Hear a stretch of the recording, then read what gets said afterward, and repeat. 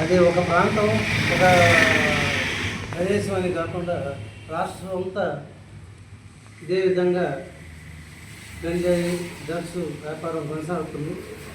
ఓగూరు మండలంలో కూడా చాలా ప్రాంతాల్లో ఈ కట్టి ఇడిపించేసిన ఇళ్లలో అయితేనేమి, అదేవిధంగా పాత రైల్వే స్కూల్స్ ప్రాంతంలో అయితేనేమి, అదేవిధంగా ఇన్స్టిట్యూట్ ప్రాంతంలో అయితేనేమి రాత్రులు చాలా మందు, గంజాయి, ఇతర కార్యకలాపాలు జరుగుతున్నాయి.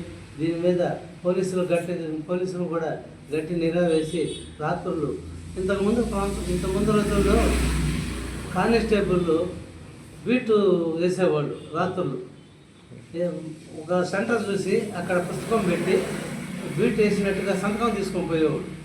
ఇప్పుడు అది చాలా కాలం నుంచి చేయటం లేదు.